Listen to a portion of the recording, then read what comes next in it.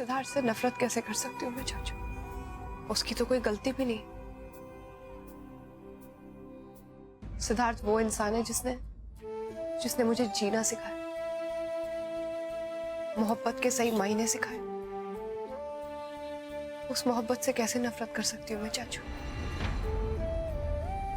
दीवानों की तरह प्यार किया है सिद्धार्थ ने मुझसे, और अगर आज भी उसे गलती से पता लग गया ना कि रोशनी जिंदा है, चाचू अपनी जी जान लगा देगा वो रोशनी को ढूंढने। मर जाएगा लेकिन रोशनी को ढूंढ के रहेगा। अपने दिल में जिंदा रखा होगा उसने रोशनी को, लेकिन उस मोहब्बत से बहुत डर लगता है मुझे चाचू। वो मोहब्बत सबकी तबाही बन गई। हमारे आसपास के लोग तबाह होंगे चाचू। हमारी मोहब्बत ने सब खत्म कर दी। हमारी मोहब्बत ने मेरा वजूद मिटा दिया चाचू। मेरी अपनी मोह मर गई। हमारा प्यार मेरी मॉम को खा गया। ऐसा नहीं है वो सिद्धार्थ को पसंद करने नहीं लगी थी, लेकिन जब तक वो उसे पसंद कर पाती, हमारी जिंदगियों में ऐसे ऐसे लोग आ गए। कभी राजवीर, तो कभी यश, कभी कोई और, सब तबाह करती। यश ने तो हमारे पूरे घर को उजाड़ दिया चाचू। ऐसी मोहब्बत को मैं जिंदा कैसे रहने दूं चाचू? अपनी मौत की लाश के ऊपर मैं अपनी मोहब्बत को जिंदा नहीं कर सकती। मैं इतनी खुदगर्ज नहीं हो सकती चाचू। और मैं ये भी जानती हूँ, अगर हम फिर से एक साथ हुए ना, फिर से वही सब मुसीबतें होगी, फिर से वही तबाही होगी। हमारे आसपास के लोग बिखर जाएंगे, कोई खुश नहीं रह पाएगा, सब बर्बाद हो जाएगा चाचू। ऐसे प्यार को मैं कैसे जिंदा रख सकती? इससे अच्छा तो ये अकेलापन है जो मैंने अपने आप को दिया।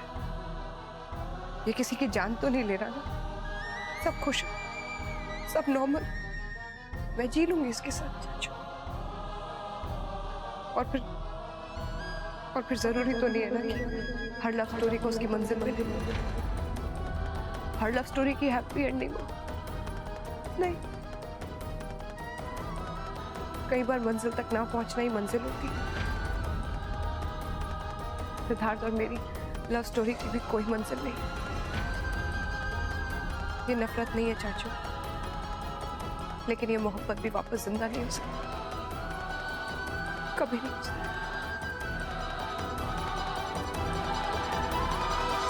अब आप ही बताइए डैड, मैं क्या करता? क्या करता मतलब?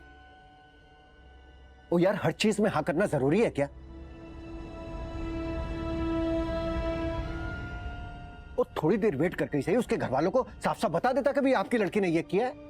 ओ यार, दूसरे का भला करने के चक्कर में अपना बुरा हो जाए, एगल भी तो ठीक नहीं है ना। हाँ तो डैड क्या करूं मैं? कोई ऑप्शन थोड़ी है मेरे पास। What to do?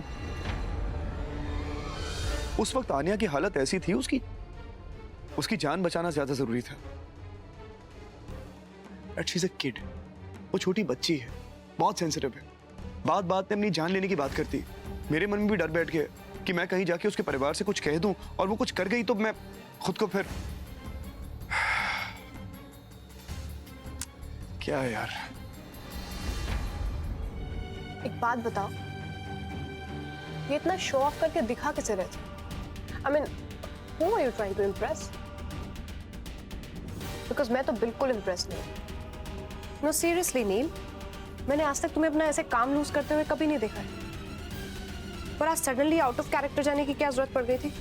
हाँ, ये ठीक है कि तुम रूड हो, तुम किसी से ठीक से बात नहीं करते हो, वहां तक ठीक था। पर आज ऐसे बिल्कुल ही मतलब एक नया अवतार, आई डिडंट अंडरस्टैंड। अब प्लीज ये मत बोलना कि आन्या के बॉयफ्रेंड का गुस्सा तुम उन लोगों पे उतार रहे थे because you could not kill him. अच्छा, तो मुझे क्या करना चाहिए था? जोक शेयर करता उसके साथ। मेरी ये साइड तुमने नहीं देखी ना पहले, अब देख ली। मैं नॉर्मली ऐसा नहीं करता हूँ। लेकिन हाँ, कोई उन लोगों को तकलीफ पहुंचाए जिनसे मैं प्यार करता हूँ, I really like this. Hello. हाँ आन्या। क्या? मॉम? मॉम कहाँ है डैड? नहीं, मार्केट गई होगी शायद। अब बाजार बाजार नहीं, उसके घर पहुंच गई आन्या के। व्हाट? क्या हो गया है मॉम को यार? ये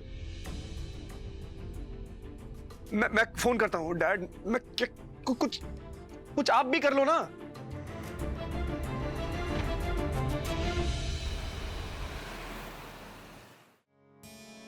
लीजिए, मुंह मीठा कीजिए। आप पहली बार हमारे घर आई हैं और ऐसे शुभ मौके पर तो मीठा बनता ही है।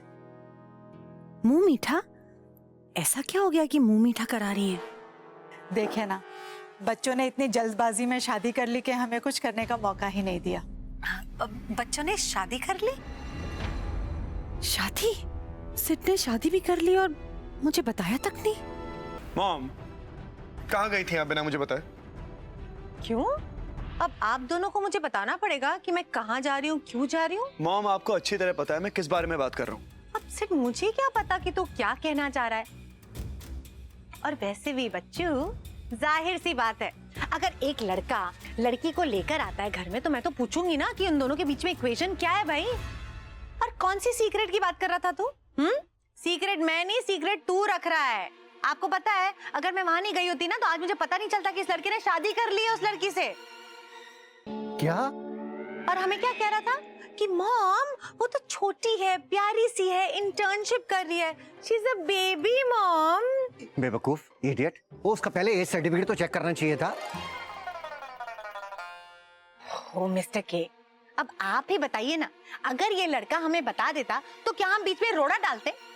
और रोड़ा क्या, तेल लगाने को आप कैसी कैसी बातें कर रही हैं? आप मुझसे एक बार पूछ लेती, मैं सच सच बताते तो आप समझने की कोशिश नहीं कर रही हैं mom.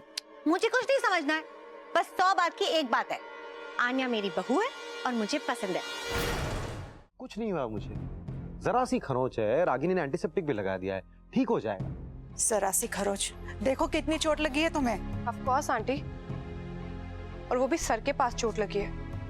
It could be really dangerous. हाँ, वो वैसे ही सीधे मुंह किसी से बात नहीं करता, आज के बाद तो पता नहीं क्या करेगा। I am scared. রাগিনী আর মা, আমি এখন বড় হয়ে গেছি, 8 বছরের ছোট ছেলে না, প্লিজ। ऑफ कोर्स आंटी, बड़ा हो चुका है, आई एम श्योर। वो अभी कुछ बंगाली में बोला ना, isn't it big boys type, you know, so ठीक हो गया है वो। Ragini please, not again. हाँ पता है, लेकिन माँ के लिए बच्चा बच्चा ही रहता है। हाय दादा। Hi Ragini ma'am. Anya, congratulations, I'm so happy for you। और हाँ, घर पे दीदी ठीक है, मैम ऑफिस के लिए रखते हैं। थैंक यू सो मच दी, मुझे समझने के लिए। दादा तो अभी भी नाराज है। टिपिकल बड़े भाई का बिहेवियर है ना, it's alright, don't bother. Typical भाई बिहेवियर में केयरिंग भी एक इंपॉर्टेंट पार्ट होता है रागिनी। ये पता करना जरूरी है कि जिस अफलातून को ये पकड़कर लाई है वो इस घर के लायक है भी या नहीं। नील, you can't talk like this. Look at her face, यार। You can't upset her like this. Listen, it's a good choice, okay? Okay, no more gusta. Please sit down, Neil. Come on. देखो ना, बेकार में दोनों से नाराज होकर बैठा है। लड़का अच्छा है, इज अ गुड बॉय, और अच्छे परिवार से भी है। तुम्हें पता है, आन्या की मदर इन लॉ आई थी, आके आशीर्वाद दिया और एक्सेप्ट भी कर लिया है। Wow, that's such a great news. सेठ, अरे वो तेरे लिए ना, वो उनका